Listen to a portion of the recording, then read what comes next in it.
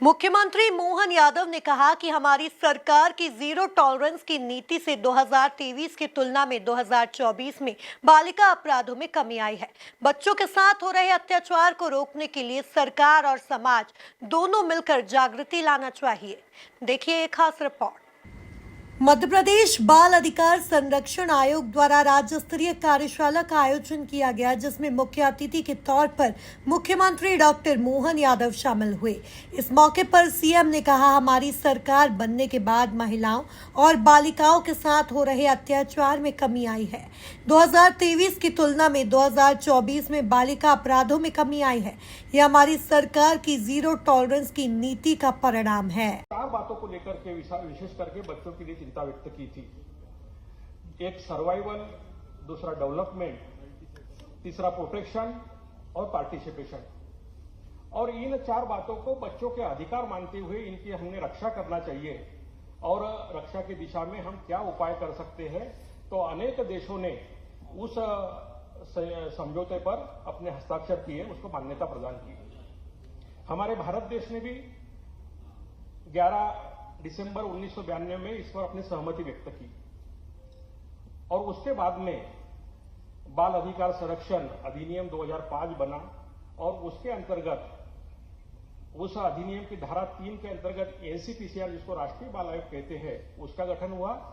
और उस अधिनियम की धारा 17 के अंतर्गत राज्य बाल आयोग का गठन 2007 में हुआ। राष्ट्रीय बाल आयोग का 5 मार्च 2007 में और राज्य बाल आयोग का 22 दिसंबर 2007 में गठन हुआ। तब से आयोग अपनी भूमिका में काम कर रहे हैं। 2007 से 2024 तक आयोगों को जो काम करने का मौका मिला, मुझे लगता है कि बहुत बड़ा समय है। और हम सबको ये ध्यान में आ रहा है कि आयोगों की जो कार्यशैली है, जो परिणाम है, हम सबको ध्यान में आ रहे हैं कि इसका परिणाम भी पॉजिटिव है और बच्चों के हित में आयोग सक्रिय रूप से काम कर रहे हैं। और मध्य प्रदेश बाल आयोग भी इस दिशा में अपने कार्य के प्रति अग्रसर है, ऐसा मेरा मानना है। मैं इस विषय में एक बात जरूर कहूंगा कि संयुक्त राष्ट्र ने ये 1989 में अपने बच्चों के प्रति ऐसा विषय होना चाहिए, उसकी चिंता की। लेकिन हमारे भारत के जो संविधान निर्माता है डॉक्टर बाबा साहेब भीमराव अम्बेडकर, उन्होंने संविधान जब निर्माण हो रहा था उसी समय बच्चों के और महिलाओं की चिंता के प्रावधान संविधान में संविधान का जो अनुच्छेद था 15(3) के अंतर्गत इसको शामिल किया था। और 15(3) के अंतर्गत उन्होंने इसको शामिल करते हुए राज्य सरकारों को ये अपने अधिकार दिए थे कि राज्य सरकार अपनी बच्चों के हित में नीतियां भी बना सकती है उनके कल्याण के लिए, और उसके साथ साथ में उसके कानून भी बना सकती है। और इतने दूर दृष्टिकोण से उन्होंने ये सोच के रखा था कि आने वाला समय बच्चों की सर्वोत्तम हितों की रक्षा की आवश्यकता पड़ेगी और राज्य सरकारों को ये विषय अपने स्वतंत्र रूप से देना चाहिए। और हम देखते हैं कि राज्य सरकारों ने ये काम बड़े बखूबी से निभाया। जब अधिनियम की विषय आया तो उस समय अधिनियम बने, परिष्कृत रूप से कौन कौन से कानून बच्चों के हित में हो सकते उसकी व्याख्या की गई। और इस प्रकार से आगे आगे जैसा जैसा विधि के विशेषज्ञों द्वारा जो मार्गदर्शन मिलते गया, उसके अनुसार आगे भी इसका पूरा परिणाम हमको सामने देखने को मिला।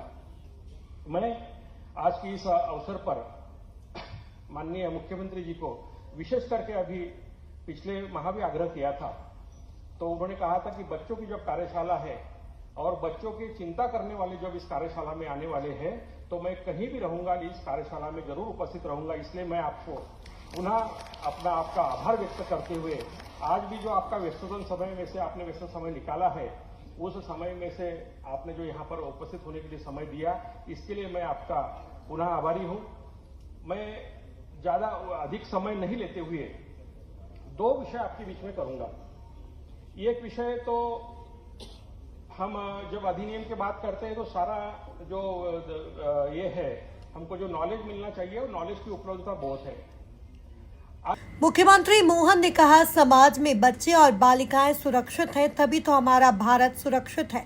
उन्होंने रामायण का जिक्र करते हुए कहा कि विश्वामित्र ने असुरों का नाश करने के लिए राम और लक्ष्मण को क्यों मांगा, सेना क्यों नहीं मांगी। रामायण हमें बताती है कि हमें किस मार्ग पर चलना है। बच्चों के साथ हो रहे अत्याचार को रोकने के लिए सरकार और समाज दोनों मिलकर जागृति लाना चाहिए। बात सही है कि हमारी सरकार को बनने के बाद हमने तुलनात्मक रूप से 23 की तुलना में 2024 में महिलाओं बालिकाओं में सामूहिक बलात्कार, छेड़छाड़, अनैतिक व्यवहार या इस प्रकार के अपहरणों या बाकी व्यवहारों में कमी आई है। मुझे इस बात का संतोष है। पिछला 1 साल पुराने की तुलना में हमने इसको कंट्रोल किया है। ये हमारी सरकार की जीरो टॉलरेंस की नीति का ही परिणाम है। लेकिन ये बात भी सत्य है कि अगर हम 2018 से 2024 के मध्य देखें तो सरकार की सख्ती भी हमारी तरफ से दिखाई देती है। मध्य प्रदेश वो राज्य था जिसने महिलाओं का, खासकर बच्चों का, इस प्रकार के अपराधों में मृत्युदंड का भी प्रावधान किया है। और यही कारण है कि लगभग 48 प्रकरणों में मृत्युदंड के एक तरह से दंडित करने के न्यायालय द्वारा निर्णय पारित किए गए। मैं आज के इस अवसर पर, चूंकि ये बात सही है कि हमारे पास में इसका बहुत व्यापक दायरा है और बहुत सारे आयाम हैं। और बच्चों की अगर बात कहें तो जिस समाज में बच्चे, किशोर, बालिकाएं अगर सुरक्षित है तभी तो भारत का भविष्य है। कभी कभी हम कल्पना करें उस दौर की, मैं उस दुविधा को आज तक नहीं समझ पाया। 50 बार मेरे मन में प्रश्न आता, हो सकता आपके बारे में भी मन में प्रश्न होगा। हम कभी कल्पना करें कि भगवान श्री राम का वो दृश्य याद करें जब विश्वामित्र जी श्री राम और लक्ष्मण को मांगने आए थे। तो मुझे बताया गया कि उस समय की उनकी आयु शायद 11 से 13 वर्ष की थी। ऐसी कम आयु में भी भगवान दशरथ के समर्थशाली राज्य के अंदर भी राम और लक्ष्मण को मांग करके अत्याचारी असुरों का नाश करने के लिए विश्वामित्र जी ने सेना क्यों नहीं मांगी? विश्वामित्र जी ने दशरथ जी को कोई साथ नहीं लिया, उनने बालकों को ही क्यों लिया? और हम सब देखते हैं कि वो जो उनका एक तरह से ये जो निर्णय है, ये निर्णय आज भी हम सबके लिए रहस्य भी है। लेकिन सच्चे अर्थों में रामायण बनने की शुरुआत भी वहीं से होती है, जब वो राम लक्ष्मण को ले जाते हैं और जैसे बाल मन जिज्ञासु मन रहता है, वो पूछता है महाराज ये क्या है? ये हड्डियों के ढेर है, ऋषि मुनियों को मारते और तमाम अत्याचार करके उनकी हड्डियों के ढेर बना दिए गए।